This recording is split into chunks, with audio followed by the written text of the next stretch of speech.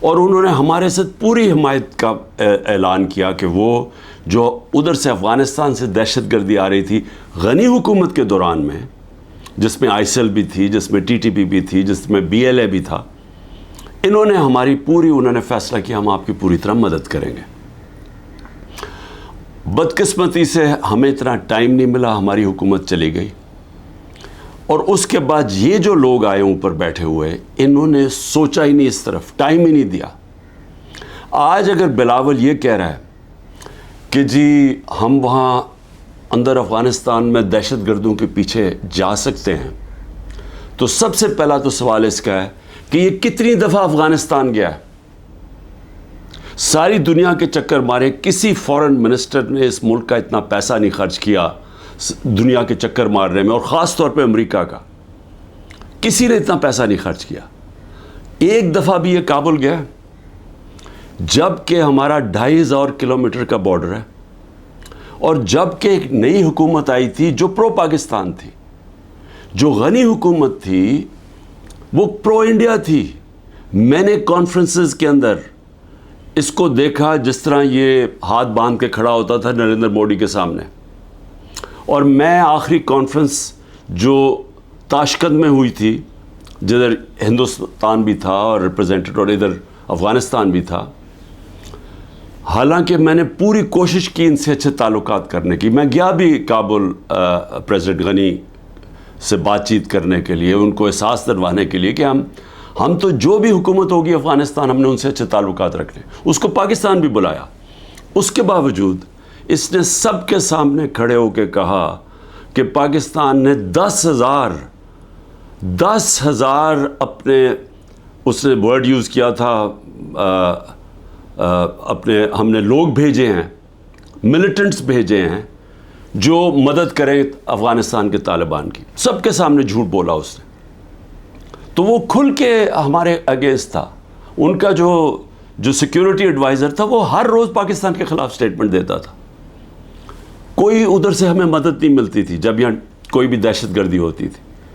تو یہ جب حکومت چینج ہوئی تو ہمیں تو انہوں نے پوری کوآپریشن کا کہا، اور ہمیں اس وقت چاہیے تھا کہ ہم پورا فائدہ اٹھاتے، اور جو بھی ہمارے مسئلے ہیں افغانستان کے، ہم سارٹ آؤٹ کر لیتے، اور وہ تیار تھے۔ جب سے یہ حکومت آئی ہے ان کو ٹائم ہی نہیں ملا۔ میں پھر سے کہتا ہوں کہ یہ ہر وقت ہر دوسرے دن امریکہ پہنچا ہوتا ہے بلاول، یہ کتنی دفعہ کابل گیا۔ ہمیں چاہیے تھا کہ ہم وہ سارا ایریا جو ہمیں مسئلے بنے ہوئے ہیں دہشت گردی کو، اس کو ختم کرتے، نہ اس کے پاس ٹائم تھا، کیونکہ اور یا پھر اس کے جو ماسٹرز تھے، اس کے آقا تھے، ان سے اجازت نہیں ملی، نہ ہی ان کو اجازت ملی جو ہم نے روس سے سستا تیل بات کر کے آ گئے تھے۔ صدر پوٹن نے ہمیں کہہ دیا تھا، میٹنگ ہو گئی تھی پاکستان کے انرجی منسٹر اور ان کے انرجی منسٹر کی، لیکن ان کے ڈر سے، اپنے آقاؤں کے ڈر سے، نہ یہ روس سے تیل لیا ہم نے، جبکہ تیل کی قیمت $110 پہ پہنچی ہوئی تھی، اور ہندوستان نے 40% کنسیشن کے اوپر روس سے تیل لیا، جبکہ وہ امریکہ کا ایلائی ہے، ان کی اسٹریٹجک پارٹنرشپ کے اندر ہے، اور نہ ہی ان کے ڈر سے نہ یہ وہاں گیا۔ اس کا آج یہ نتیجہ کیا ہے؟ نتیجہ یہ ہے کہ ہمارے آج وہ تعلقات ہیں کہ ہم ادھر پہنچ گئے ہیں کہ ہم افغانستان کو اب یہ جو حملہ ہوتا ہے ہم ان کے اوپر ڈال رہے ہیں۔ ہم نے صحیح معنی میں کوشش کی نہیں اس وقت کہ ہم یہ اب جو ٹرانزیشن ہے اس کا فائدہ اٹھاتے ہوئے، ایک وہ حکومت جو ہمارے خلاف نہیں ہے، ہم اس کا فائدہ اٹھاتے ہوئے اپنے یہ مسئلہ حل کر دیتے، اور میں آپ کو یقین دلاتا ہوں کہ یہ مسئلہ حل ہو سکتا تھا۔ اب اس کا فال آؤٹ کیا ہے؟ فال آؤٹ یہ ہے کہ مولانا فضل الرحمان نے سٹیٹمنٹ دی۔ فضل الرحمان کہتا ہے کہ جی ہماری ایجنسیز سوئی ہوئی تھیں۔ فضل الرحمان صاحب، جب ہم اتنی دیر سے کہہ رہے ہیں کہ جو 636 پختونخوا کے اندر دہشت گردی کے واقعہ ہوئے ہیں، ہم کہتے جا رہے ہیں کہ ایجنسیز کا ٹائم بجائے انٹیلیجنس، اصل میں تو دہشت گردی انٹیلیجنس ایجنسیز لڑتی ہیں، بجائے ادھر ٹائم دے رہے ہیں کہ وہ تو صرف تحریک انصاف کو ختم کرنے کی کوشش میں تھے. جو تحریک انصاف کے گھروں میں رشتہ داروں کو اٹھایا جا رہا ہے, ان کو ٹریک کیا جا رہا ہے, ان کے فون کال ٹریک کیے جا رہے ہیں, جیو فینسنگ کی جا رہی ہے, جس طرح ہم کوئی غیر ملکی, ہم کوئی دشمن ہیں. اور وہ جو کام کرنے والا تھا وہ کام کیا نہیں. اس سے بڑھتی جا رہی ہے ساری دہشت گردی, اور خاص طور پہ پختونخوا کی پولیس کے اوپر, اسپیشلی جو پولیس کے اوپر اب اس وقت ان کا شہادتیں ہو رہی ہیں. اب اس کا کون ذمہ دار ہوگا؟ لیکن اس سے اور بھی آگے چلیں, جو پختونخوا کے لوگوں کے اندر اس وقت غصہ ہے. پی ٹی ایم کیوں بنی تھی؟ پی ٹی ایم یہ بنی تھی کہ جو ساری لڑائی, جو وار آن ٹیرر اصل تو قبائلی علاقے میں وہ اجڑ گیا, لوگوں کے گھر تباہ ہو گئے, زکوٰۃ دینے والے ہو گئے, وہ سارے لوگ نقل مکانی کرنی پڑی, لوگ اپنے گھروں سے نکل گئے. گھر جب واپس گئے, گھروں میں بچا کچھ نہیں تھا. سوات کے لوگوں سے, ملاکنڈ کے لوگوں سے بھی یہی ہوا. وہ جب سارے نکلے وہاں سے باہر, جب تک واپس گئے, وہ بھی زکوٰۃ دینے والے, زکوٰۃ لینے والے بن گئے. تو سب کو وہ یاد ہے, بڑی تکلیفیں انہوں نے اٹھائی. قربانیوں تو ساری اس علاقے نے دی. سب سے زیادہ جو ایک تو آپریشنز میں طالبان اور ملٹری کے بیچ میں بیچارے وہ پس گئے, اوپر سے ڈرون اٹیکس, 400 ڈرون اٹیکس کر دیے. ڈرون اٹیکس کا بھی جو سارا جو بدلہ لیا جاتا تھا وہ پاکستانی فوجیوں کے ساتھ اور پولیس کے اوپر, دونوں طرف پاکستانیوں کو نقصان ہو رہا تھا. جبکہ حکمران ایک منہ سے آواز نہیں نکلتی تھی, کیونکہ امریکی نہ ناراض ہو جائیں کہ ڈرون اٹیکس کبھی ہوا ہی نہیں ہے دنیا میں کہ جس ملک آپ کا جس کے لیے جنگ لڑیں وہ آپ ہی کے اوپر حملہ کرے. تو مجھے خطرہ یہ ہے کہ اگر ہم نے اس کے اوپر جلدی سے قابو نہ پایا اور اسی طرح دہشت گردی بڑھتی گئی, تو وہاں جو پختونخوا کے لوگوں کے اندر میں غصہ دیکھ رہا ہوں یہ بڑھتا جائے گا. اور یہ میں کوئی ڈرانا نہیں چاہتا کسی کو, لیکن اگر یہی غصہ بڑھتا گیا اور یہ اس طرف چلا گیا جو آگئی جو دہشت گردی ہو رہی ہے اور وہ بڑھتی گئی, تو کیا پاکستان آج کل کے دور میں جب معاشی طور پہ ہم ویسے ہی ہمارا بدترین دور ہے, کیا ہم یہ دہشت گردی کا مقابلہ کر لیں گے؟ کیا یہ افورڈ کر سکتی ہے؟ اور کیا اس طرح کا فورن منسٹر اوپر بٹھا سکتے ہیں جو اس طرح کی پاگل پن والی سٹیٹمنٹس تھے, جو بجائے مسئلہ حل کرنے کے وہ اور مسئلہ گمبھیر کروا دے؟ تو مجھے آج اس کے اوپر خاص طور پہ مجھے یہ خوف سا آ رہا ہے کہ ہم یہ چیزیں ہمارے ہاتھ سے نکل جائیں گی, کیونکہ جو اوپر بیٹھے ہوئے حکمران ان کی سوچ ہی کچھ اور ہے, اور سوچ تو ہمارے سامنے آئی گئی ہے. ایک تو آج شہباز شریف نے ایک اور الیکشن سے بھاگنے کے لیے ایک اور سینسس کا شوشہ چھوڑ دیا. بھئی مجھے یہ بتائیں کہ جب سے آپ آئے ہیں 15 مہینے پہلے, تو کیا تب آپ کو نہیں پتا تھا کہ الیکشن اکتوبر کے اندر ہونی ہے, نیشنل الیکشن, آپ کی ٹرم ختم ہونی ہے؟ تب آپ کو نہیں پتا تھا کہ یہ جو سینسس جو بھی ہم نے کرنا اس سے پہلے کریں؟ یہ ایک اور الیکشن بھاگنے کا انہوں نے راستہ نکال لیا. دوسرا, دونوں پختونخوا کے اندر اور پنجاب میں غیر آئینی حکومتیں چل رہی ہیں, کیئر ٹیکر. پہلے تو وہ کیئر ٹیکر ہے ہی نہیں, کیئر ٹیکر تو نیوٹرل ہوتی ہے. وہ تو انہوں نے اپنی یہ ایک نون لیگ چلا رہی ہے پنجاب, اور دوسرا وہ فضل الرحمان اور وہ ANP چلا رہی ہیں پختونخوا. یہ تو کیئر ٹیکر ہے ہی نہیں. اور ان دونوں صوبوں کے لوگ جو 70% پاکستانی ہیں, وہاں غیر آئینی لوگ بیٹھے ہوئے ہیں جن کی کوئی قانونی حیثیت نہیں ہے.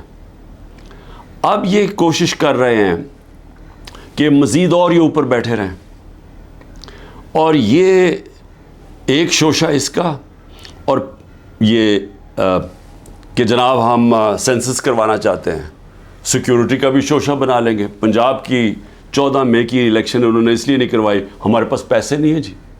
پیسے MNAs کو رشوت دینے کے لیے بہت پیسے ہیں, لیکن ہمارے لیے پیسے نہیں ہیں الیکشن کروانے کے لیے. 20 ارب روپیہ نہیں تھا. اور اب جو مجھے نظر آ رہا ہے, یہ پھر کوشش کریں گے کہ کسی نہ کسی طرح اس سے نکلیں, اور لوگوں کو پھر یہ جو رد عمل آنا ہے اس کے لیے یہ تیاری کر رہے ہیں. کیونکہ ظاہر ہے ایک اگر لوگ بیچارے الیکشن کی انتظار کر رہے ہیں نا کہ ہمیں جو انہوں نے لوگوں کا معاشی قتل کیا ہے، یعنی ایسے معاشی حالات عوام کے اوپر تو آئے ہی نہیں ہیں. سارے جو معاشی انڈیکیٹرز ہیں وہ پاکستان کی تاریخ کے سب سے برے ہیں. بے روزگاری لے لو، انڈسٹری بند ہو رہی ہے. گروتھ ریٹ جب نیچے آتی ہے، مطلب جب آپ کی دولت میں اضافہ جو 6.1% سے اب جو 0 پہ آئی ہے، تو اس کا مطلب بے روزگاری تو بڑھنی ہے، دولت کم ہو رہی ہے ملک کی. اور اس کے علاوہ مہنگائی جس سطح پہ پہنچ گئی ہے، تو لوگوں کے حالات تو سب کو پتہ ہے. اب لوگ الیکشن کا انتظار کر رہے ہیں. انہوں نے اب کیا کیا ہے؟ اب 2 قانون لے کے آ رہے ہیں. ایک ہے سیکریسی ایکٹ اور دوسرا ہے پریونشن آف ایکسٹریم وائلنس. وہ ایک میں ہی کیا کر رہے ہیں کہ آپ انٹیلیجنس ایجنسیز کو کسی مثلا میرے اوپر ایک فوج کے ادارے میں، انٹیلیجنس کے ادارے میں ایک آدمی میرے اوپر قتل کرنے کی کوشش کرتا ہے، جو مجھے پتہ اس نے کیا.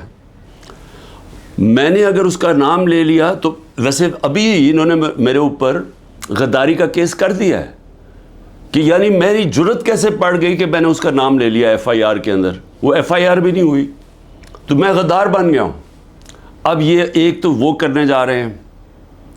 دوسرا سیکریسی ایکٹ میں کہ جناب یہ کسی کے گھر میں بھی گھس جائیں گے انٹیلیجنس ایجنسی. ہمارے گھروں میں تو گھس ہی رہے ہیں. میرے گھر کے اوپر حملہ ہوا، دروازہ توڑ کے 40 لوگ اندر آ گئے، گھر میں جو چیزیں پڑی لوٹی، لوگوں کو مارا دھاڑا، اٹھا کے لے گئے خنسامے کو. وہ جو مالی تھا، 2-3 ورکرز سب کو اٹھا کے لے گئے. تو وہ تو ہو ہی رہا ہے ہمارے گھروں پہ. اب یہ فیصلہ کیا کسی کے گھر میں بھی یہ جا سکتے ہیں کہ کسی کے گھر میں بھی جائیں گے، کہیں جی ہم سرچ وارنٹ کے بغیر اندر گھسیں گے، کوئی چیز بھی اٹھا لیں گے. میرے گھر جب آئے تھے تو وہ اسلحہ چھوڑ کے چلے گئے کہ جی اسلحہ ملا ہمیں یہاں سے. اور وہ سوشل میڈیا پہ دکھا رہے ہیں کہ لے کے جا رہے ہیں اپنی قمیضوں کے نیچے اسلحہ، اور وہاں اوپر چھوڑ کے چلے گئے. اور اب یہ کچھ بھی کر سکتے ہیں. تو یہ تو کسی کے گھر میں گھس کے توڑ کے چیزیں اچھا لوٹتے ہیں، چیزیں چوری کر کے لے جاتے ہیں. تو اب تو اس کو قانون بنانا چاہتے ہیں کہ کہیں بھی جا سکتے ہیں. تو یہ جو جس طرف اب یہ لے کے جا رہے ہیں ملک کو، تو یہ تو سیدھی کہہ دیں کہ جی آپ ہمارے غلام ہیں، ہم آئے ہیں اوپر آپ کے اوپر بیٹھنے آئے، آپ ہمارے غلام ہیں. ہم ایک آزاد ملک، آزادی تو ویسے ہی ختم کرتے جا رہے ہیں. تو اب تو یہ انگریزوں سے بھی زیادہ بدترین غلامی ہے، کیونکہ انگریزوں کے زمانے میں پھر بھی آپ 24 گھنٹے میں کسی کو عدالت میں پیش کرتے تھے جب اگر آپ نے کسی کو اٹھایا ہے. یہاں تو لوگ غائب ہو جاتے ہیں. عمران ریاض ابھی تک غائب ہے، اس کو کوئی 80 دن ہو گئے ہیں. کسی کو پکڑ سکتے ہیں. ہمارے کئی لوگوں کو اٹھایا ہوا ہے، کوئی وارنٹ نہیں ہوتی. کئی لوگوں کو اندر بند کیا ہوا ہے، ان کے ابھی تک FIR نہیں کی ان کے اوپر. تو یہاں تو کوئی قانون ہی نہیں ہے. تو یہ اب ایک غلامی کی طرف ہمیں لے کے جا رہے ہیں مکمل طور پہ کہ ہم اب ان کے غلام بن جائیں. جو منہ کھولے، اصل میں یہ ایک آزادی کے خلاف اب یہ قانون بنا رہے ہیں کہ آپ قانونی طور پہ ہمیں غلام بنا لیں کہ ہماری کوئی آواز نہ ہو، ہم کہیں نہ جا سکیں. تو میں اس پہ آخر میں صرف اپنی قوم کو یہ آج کہنا چاہتا تھا. دیکھیں، محرم کا مہینہ ہے. محرم میں ہمیں کیا سبق ملتا ہے؟ ہمیں محرم میں ایک ہی سبق ملتا ہے کہ رائے حق کے لیے، ظلم کے خلاف کھڑے ہونے کے لیے اگر ظالم کے سامنے کھڑے ہوتے ہوئے آپ کی جان بھی چلی جائے تو اس کی پرواہ نہیں ہونی چاہیے. آپ کو قربانی دینی چاہیے اپنی آزادی کے لیے، آزادی رائے کے لیے، آپ کو اپنے حقوق کے لیے، انصاف کے لیے. کیونکہ جب تک ایک قوم آزاد نہیں ہوتی، دنیا کی تاریخ میں اس کا کوئی مقام نہیں ہوتا. وہ میں بار بار آپ کو مولانا رومی کا وہ جو ان کی ایک کہات ہے کہ جب اللہ نے آپ کو پر دیے تو کیوں چونٹیوں کی طرح زمین پہ رینگ رہے ہو. غلام زمین پہ رینگتے ہیں، ان کی کوئی حیثیت نہیں ہوتی. 25 کروڑ کی آبادی ہے. آج مجھے بتائیں ہماری کیا حیثیت رہ گئی ہے؟ وہ جا کے بلاول بھٹو کتنی دفعہ امریکہ گیا ہے, پتہ نہیں کتنے ہمارے ڈالر خرچ کیے اس نے وہاں. اور جب نریندر مودی وہاں گیا تو اس کو ایسا انہوں نے جس طرح کا استقبال دیا. اور اس کے بعد بائیلیٹرل ٹاک تھی ان دونوں کے بیچ میں, امریکہ اور انڈیا. پاکستان کو انہوں نے دہشت گرد بنا دیا کہ جی دھمکی دی کہ دہشت گردی بند کرو. یہ حیثیت رہ گئی ہے. ہندوستان جاتا ہے بلاول بھٹو, جو ان کا فورن منسٹر اس کو ذلیل کرتا ہے. میں نے کبھی کسی کانفرنس میں ایک ہوسٹ ملک جو ہوسٹ کر رہا ہے, میں نے کبھی نہیں دیکھا اس طرح کی ذلت. تو کیا حیثیت رہ گئی ہے کہ یہ ہماری حیثیت ہے, کیونکہ غلاموں کی کیا حیثیت ہے. تو میں آج آپ سب کو یہ آج پیغام دینا چاہتا ہوں کہ میرے نبی صلی اللہ علیہ وسلم کے نواسے نے رائے حق کے لیے ایک ظالم کے سامنے اپنی قربانی دینے کے لیے وہ تیار ہو گئے, لیکن ظلم کے سامنے جھکنے سے انہوں نے منع کیا. انہوں نے کہا میں اس سے بہتر ہے, اور میں کہتا ہوں کہ غلامی سے بہتر ہے موت. اور صدیوں تک ہر وقت جب مسلمان ظلم کے سامنے کھڑا ہوتا تھا تو ان کو یاد آتا تھا کہ ہمارے نبی صلی اللہ علیہ وسلم کے نواسے نے ظالم کے سامنے سر نہیں جھکایا, سر کٹوا لیا. یہ میں آپ کو ایک جو برطانیہ کی تاریخ ہے اس میں سے ایک واقعہ بتا دوں. برطانیہ کا ایک ہنری اس کا نام تھا, جو ان کا بادشاہ تھا. اس کا بڑی قریب دوستی تھی ایک جج تھا سیمول بیکٹ. وہ جو جج تھا اس کو وہ بنا دیتا ہے چیف جسٹس بنا دیتا ہے. ایک کیس چاہتا ہے کہ بادشاہ کہ یہ تم میرے لیے فیصلہ کرو. اس کا اپنا دوست جو ان کا جو چیف جسٹس ہوتا ہے وہ کھڑا ہو جاتا ہے, کہتا ہے نہیں یہ ناانصافی ہے. وہ اس کو دھمکیاں دیتا ہے, ڈراتا ہے, دھمکاتا ہے, دوستی جتاتا ہے. سیمول بیکٹ کہتا ہے میں ناانصافی نہیں کر سکتا. آخر میں اس کو پھانسی دلوا دیتا ہے. وہ پیچھے نہیں ہٹتا, مرنے کے لیے تیار ہو جاتا. برطانیہ کے جج سارا جسٹس سسٹم یاد رکھتا ہے اس آدمی کو.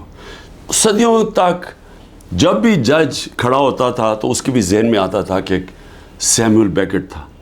پاکستان میں ججز دیکھیں, ہمارے ججز جسٹس کورنیلیس مسلمان تو نہیں تھے. سب جوڈیشری ان کو یاد کرتی ہے, رسپیکٹ کرتی ہے. سب کو پتا تھا کہ انصاف کے لیے کھڑے ہوتے ہیں. آج بھی وہی دن ہے. ہمارے ججز کے بیچ میں نظر آ رہا ہے کہ ایک دو ججز کھڑے ہو گئے ہیں اس ظلم کے نظام پہ. دھمکیوں کے باوجود وہ کھڑے ہو گئے کہ لوگوں کے انسانی حقوق کے لیے. اور وہ لوگ یاد کر رہے ہیں ان کو, گھروں میں ان کی بات ہو رہی ہے. میں آج اپنی جوڈیشری کو کہنا چاہتا ہوں کہ یہ ملک کو بالکل غلامی سے بچانے کے لیے آپ روک سکتے ہیں. ہم تو کھڑے ہیں. میں تو آپ کو یہ واضح کر دوں کہ میں جب تک زندہ ہوں میں نے تو اسے قبول نہیں کرنا کبھی, اس ظلم کو, نہ اس غلامی کو. لیکن میں اپنی جوڈیشری سے کہتا ہوں کہ یہ وقت ہے. آپ میں سے وہ لوگ ہیں جو ایک وقت یاد رکھیں گے, جو نام ہوگا کہ جی وہ دیکھیں وہ آدمی جب یہ ملک کو غلامی کی طرف لے کے جا رہے تھے, ملٹری کورٹس کی طرف لے کے جا رہے تھے, کہ جن لوگوں کے گھروں میں گھس کے عورتوں کو, بچوں کو اٹھا کے لے جاتے ہیں, گھر لوٹ لیتے ہیں, رشتہ داروں کو. کلیکٹیو پنشمنٹ صرف اسرائیل دیتا ہے فلسطینیوں کے خلاف. مقبوضہ کشمیر میں کشمیریوں کے خلاف دیتے ہیں. FCR جو تھی جب انگریز حکمران تھا وہ دیتا تھا قبائلی علاقے کے لوگوں کو کلیکٹیو پنشمنٹ کہ ایک فرد اگر نہیں ہے تو اس کے رشتہ دار پکڑ کے لے جا جاتے تھے. لیکن آزاد معاشروں میں کوئی کلیکٹیو پنشمنٹ نہیں ہوتی. اور یہ ہمارے یہاں کھلے عام ہو رہی ہے. بچوں کو اٹھا کے لے جاتے ہیں, رشتہ داروں کو لے جاتے ہیں. تو میں اپنی جوڈیشری کو کہتا ہوں کہ دیکھیں یہ ساری قوم آپ کی طرف دیکھ رہی ہے. جو آپ میں سے سٹینڈ لیتا جاتا ہے، انصاف کے لیے کھڑا ہوتا ہے، لوگوں کی آزادی کے لیے، لوگ اس کو ہمیشہ یاد رکھیں گے. لیکن ان کو بھی دیکھ رہے ہیں، جو وہ کہتے ہیں نا، وہ طفل کیا کرے گا جو گھٹنوں کے بل چلے، جو پہلے ہی سے گرے ہوئے ہیں، طاقت کے سامنے سر جھکا کے بیٹھے ہوئے ہیں، ان کو بھی، ان ججز کو بھی لوگ دیکھ رہے ہیں، ان صحافیوں کو لوگ دیکھ رہے ہیں.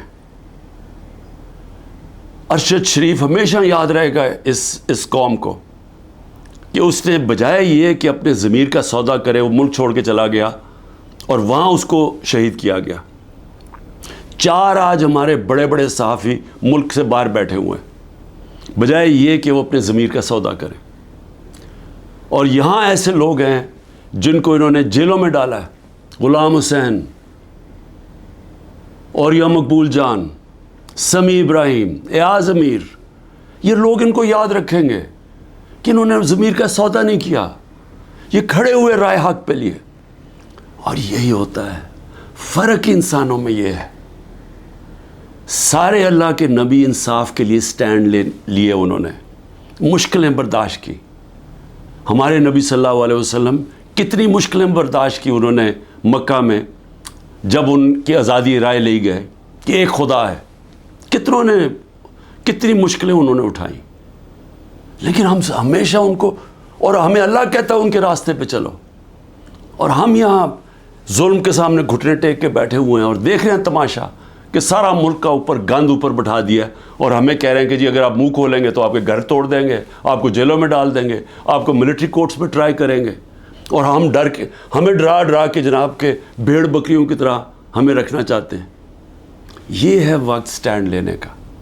اور میں سب سے زیادہ آخر میں اپنی پارٹی کا، کہ میری پارٹی کا یہ مشکل وقت جو آیا، ایک طرح میں اللہ کا شکر کرتا ہوں کہ مجھے پہلی دفعہ نظر آیا اپنے لوگوں کا کہ کون کتنے پانی میں تھا، کس کا کتنا نظریہ تھا، کون اپرچونسٹ تھے، اور جن کو میں بالکل نہیں سمجھ رہا تھا کہ وہ ایسے سٹینڈ لینے کے قابل ہیں، کھڑے ہو گئے. وہ مشکل وقت کے سامنے کھڑے ہو گئے.